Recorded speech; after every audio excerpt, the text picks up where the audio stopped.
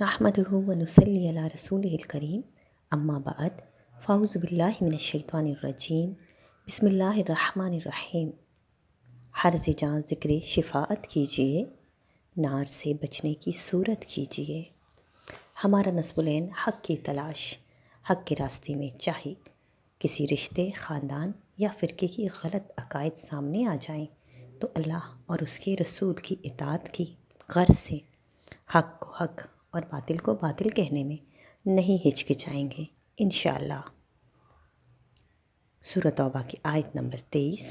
ترجمہ: اے ایمان والوں، اپنے باپ اور اپنے بھائیوں کو دوست نہ سمجھو اگر وہ ایمان پر کفر کو پسند کریں، اور تم میں جو کوئی ان سے دوستی کرے گا تو وہی ظالم ہے۔ امام احمد رضا خان علیہ رحمہ نے دین کی تبلیغ و اشاعت میں اس قدر آگے بڑھے کہ عرب و عجم کے علماء نے انہیں 14ویں صدی کا مجدد کہا۔ امام احمد رضا خان علیہ رحمہ نے جن عبارات اور کفریہ کلمات کی نشاندہی کی، اس پہ نہ خود انہوں نے کفر کا فتویٰ دیا بلکہ عرب و عجم کے 35 علماء کرام اور برصغیر پاک و ہند کے تقریباً 350 علماء کرام نے کفر کا فتویٰ دیا۔ آئیے سنتے ہیں ایک جانے مانے مولانا کی زبانی، وہ امام احمد رضا خان بریلوی رحمۃ اللہ تعالیٰ علیہ کے بارے میں کیا کہتے ہیں۔ تو بریلویت کی اصل بنیاد تو احمد رضا خان صاحب کے ملفوظات ہیں۔ میں نے ان کو پڑھا نہیں، ان کے کیا ملفوظات ہیں، ان کی کیا تحریریں میں نے، وہ ہمارے اکابر کو کافر کہیں، اس سے وہ خود تو کافر نہیں ہو جاتے۔ یہ بھی سن لو کہ تک صحابہ اعلیٰ حضرت امام احمد رضا خان بریلوی رحمۃ اللہ تعالیٰ علیہ کی یقیناً ایک بہت بڑی کاوش ہے رہتی دنیا تک کہ انہوں نے بدعقیدوں کی ایک ایک کر کے نام کتب سمیت نشاندہی کر دی ہے۔ دشمن احمد پہ شدت کیجیے، ملحدوں کی کیا مروت کیجیے۔ کوئی بزرگ اپنی مجلس میں کوئی بات کہتا ہے، اس کے مریدین اسے لکھ لیتے ہیں، یہ ان کے ملفوظات کہلاتے ہیں۔ اسی طرح اعلیٰ حضرت کی بھی باتیں جو ان کے شاگردوں نے، صاحبزادے نے لکھی ہیں۔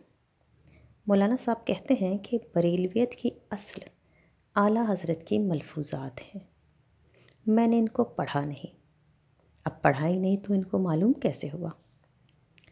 کیسے پتہ چلا کہ بریلویت کی اصل اعلیٰ حضرت کے ملفوظات ہیں؟ حتیٰ کہ بریلویت کی اصل عقائد رسول، عقائد صحابہ ہے۔ پھر آگے کہتے ہیں وہ ہمارے اکابر کو کافر کہیں، اس سے وہ خود تو کافر نہیں ہوتے۔ الحمدللہ، اللہ کا کرم ہے، یہ خود ہی مان رہے ہیں کہ اعلیٰ حضرت نے ان کے اکابرین پہ نشاندہی کر کے، پکڑ کر، ایک ایک کر کے کفر کا فتویٰ لگایا۔ ان کی بدعقیدگی کی وجہ سے مولانا صاحب خود مان رہے ہیں۔ اعلیٰ حضرت نے ان کے جن اکابر پر کفر کا فتویٰ لگایا، مولانا صاحب انہی عقائد پر ہیں اور لوگوں کو اس کی تبلیغ بھی کر رہے ہیں، اور خود کہہ رہے ہیں کہ وہ اپنے اکابر کے عقائد پر ہیں، اور ان کے اکابر میں جو لوگ شامل ہیں جانے مانے، ان تمام کی کتب کے حوالے سابقہ قسطوں میں دیے جا چکے ہیں اور آگے بھی دیے جائیں گے۔ انصاف آپ کے ہاتھ، اپنا دین بچائیے یا اپنے مولانا کے نقش قدم پر چلیے۔ اتنے شہرت یافتہ مولانا کھلے عام اپنے اکابر کے عقائد کے کفر کی تصدیق کر رہے ہیں۔ عجیب منطق ہے۔ یہ بھی مان رہے ہیں کہ ان کے اکابر پر کفر کا فتویٰ ہے، اور یہ کہ اعلیٰ حضرت ان کو کافر کہہ کر بھی الحمدللہ خود مسلمان ہیں۔ سوچنے کی بات ہے کہ مولانا آخر اتنے فتووں کے باوجود اپنے اکابر کی حمایت کیوں کر رہے ہیں؟ کنفیوژن میں کیوں ہیں؟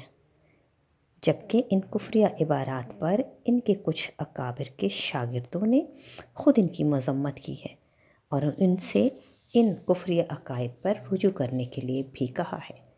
اس کے لیے آپ کتاب ملاحظہ فرمائیے، تغیر العنوان، صفحہ نمبر 28 پر تحریر موجود ہے۔ اپنا بہت سا خیال رکھیے، اگلی قسط ملتے ہیں بہت سی حقائق کے ساتھ۔ اللہ حافظ۔